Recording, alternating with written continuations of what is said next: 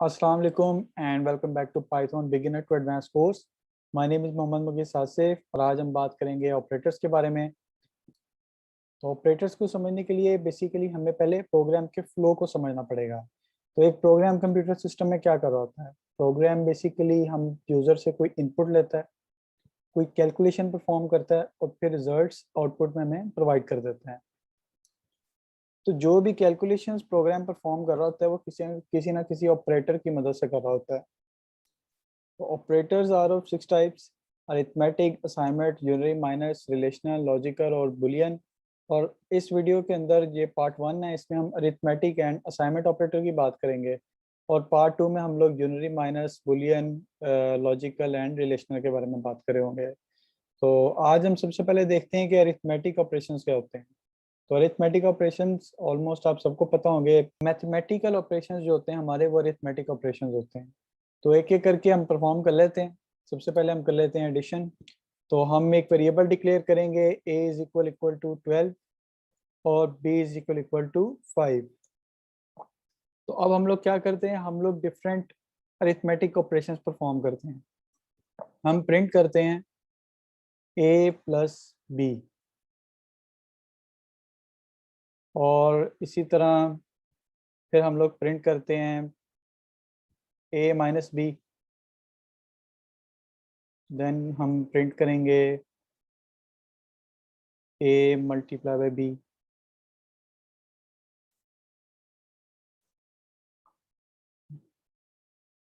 Then a divide by b। तो पहले हम इनको प्रिंट करके देखते हैं। तो जब मैंने प्रोग्राम को बिल्ड किया तो ये हमारे पास रिजल्ट्स आ गए, a प्लस बी का 17, a माइनस बी का 7, a मल्टीप्लाई बाय b का 60 और a डिवाइड बाय b का 2। तो यहाँ तक चीज़ें बहुत सिंपल हैं। अब हम बात कर लेते हैं थोड़ी सी एडवांस लेवल पे।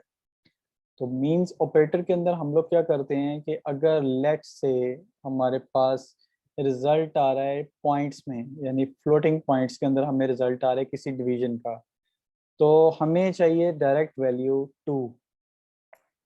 तो यहाँ मैं आपको बताता चलूँ कि अगर आप टर्मिनल यूज़ कर रहे होंगे तो रिजल्ट्स डिफरेंट होंगे। आप a डिवाइड बाय b जब भी करेंगे तो आपको आंसर फ्लोटिंग पॉइंट में आ रहा होगा, 2 पॉइंट समथिंग आ रहा होगा या इस तरीके से ना। तो जब भी आपके पास टर्मिनल पे रिजल्ट्स फ्लोटिंग पॉइंट में आ रहे होंगे और आप चाह रहे होंगे हमें सिंपली 2 या 3 या स्ट्रेट चाहिए, तो उसके दो मेथड्स हैं। या तो आप इंटीजर डाटा टाइप में कन्वर्ट करें रिजल्ट को, या आप फ्लोट डिवीजन मेथड यूज़ करें। तो फ्लोट डिवीजन मेथड क्या करता है कि जो भी आपकी वैल्यू, लेट्स से कि यहाँ पे आपका रिजल्ट आ रहा है 2.6 और हमें सिर्फ ये जो लेफ्ट साइड दिखा रहे हैं जो कि ऑलरेडी यहाँ पे शो हो रही है, ये फ्लोट डिवीजन मेथड है। तो फ्लोट डिवीजन मेथड के लिए हमें इसको किस तरह प्रिंट करना है, हम प्रिंट करेंगे a डिवाइड बाय b। जब हम इसको हम परफॉर्म करेंगे और इसको हम रन करेंगे तो हमारे पास ये देखें, यहाँ पे ऑलरेडी मैं फिर बता रहा हूँ कि ये मैं सबलाइम टेक्स्ट पे यूज कर रहा हूँ, इसलिए ये वाली वैल्यू यहाँ पे सिर्फ 2 आई है। अगर आप इसे टर्मिनल पे कर रहे होंगे या लाइट वेट कंपाइलर यूज कर रहे होंगे तो यहाँ पे 2 पॉइंट समथिंग आ रहा होगा। उसको कन्वर्ट करने के लिए मैंने पहले भी बताया है कि या तो हम उसको इंटीजर डाटा टाइप में कन्वर्ट करेंगे और हम ये वाला तरीका यूज करेंगे फ्लोट डिवीजन मेथड। ये फ्लोट डिवीजन मेथड जब भी आप यूज करेंगे तो हमारे पास लेट से वैल्यू 2.6 आ रही है, तो हमें सिर्फ लेफ्ट साइड वाली, यानी पॉइंट के लेफ्ट साइड वैल्यू यहाँ शो करवा देगा। तो इसके बाद हम बात कर लेते हैं मॉड्यूलस के बारे में। तो मॉड्यूलस बेसिकली हमें रिमाइंडर शो करवा रहा होता है, किसी भी डिवीजन का जो हमें रिमाइंडर आता है वो हमें शो करवा रहा होता है। अब फॉर एग्जांपल कि यहाँ पे हम इसकी ए की वैल्यू को अपडेट कर देते हैं और मैं इसको कर देता हूँ 13 और फिर मैं यहाँ पे प्रिंट करता हूँ a मॉड्यूलस b और अब हम इसको रन करके देखते हैं। तो देखें हमारे पास 3 रिमाइंडर आ गया। तो हम यहाँ पे एक काम करते हैं, ऐसे डिवीजन का बॉक्स बना लेते हैं और 13 जो हमारी a की वैल्यू है और हम इसे डिवाइड करना चाह रहे हैं 5 से। तो देखिए जब हमने इसे 5 टाइम 2 इज 10 किया तो हमारे पास रिमाइंडर आ गया 3।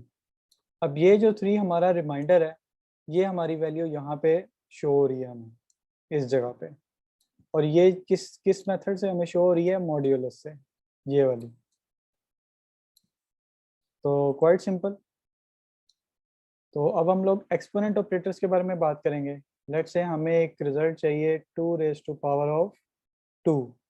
तो इसके लिए हम लोग क्या कर सकते हैं, हम लोग सिंपली वेरिएबल्स को डिक्लेयर करेंगे, या हम लोग ऐसे प्रिंट करवा देंगे ए या सी कर लेते हैं, और ए भी हम ऑलरेडी कर चुके हैं। सी इज इक्वल टू 2 × 2, तो आंसर आ जाएगा, और आंसर बिल्कुल ठीक आएगा। अगर हम इसको प्रिंट करके देखते हैं तो ये हम लोग प्रिंट करवा लेते हैं सी को, और अगर मैं इसको रन करूं तो ये आंसर आ गया 4। बट लेट्स सपोज कि मैंने 2⁻10 या 16 करने हैं, तो क्या मैं इतना बड़ा प्रोग्राम लिखता रहूंगा 2 × 2 × 2 और फिर पजल हो जाऊंगा और जाहिर सी बात है नहीं लिख सकूंगा। तो इसका तरीकाकार ये है कि हम इसको c इज इक्वल टू,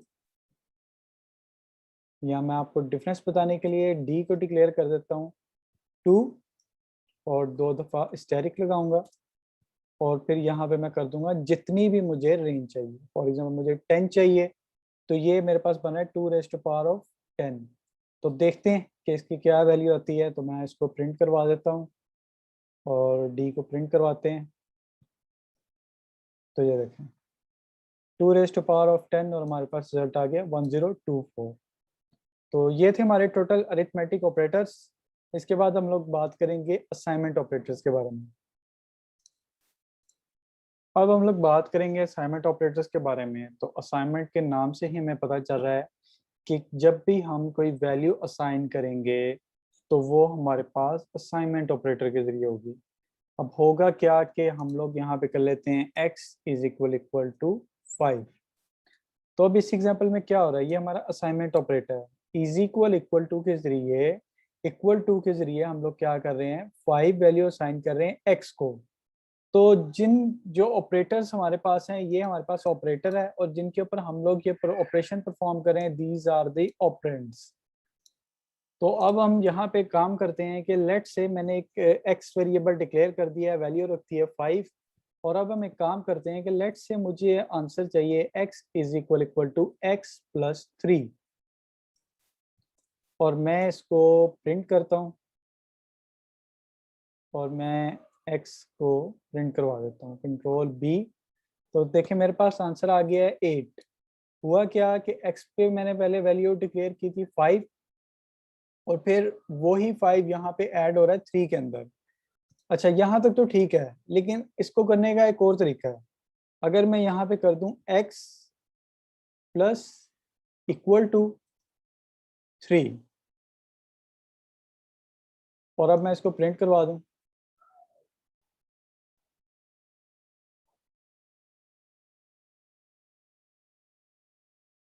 तो देखें अब यहाँ पे हुआ क्या है कि ये ऑपरेशन दोबारा परफॉर्म हो गया है। 5 प्लस 3, और उसके अंदर जो आपके पास आंसर था 8, 8 के अंदर 3 ऐड होके 11 आंसर आ गया है।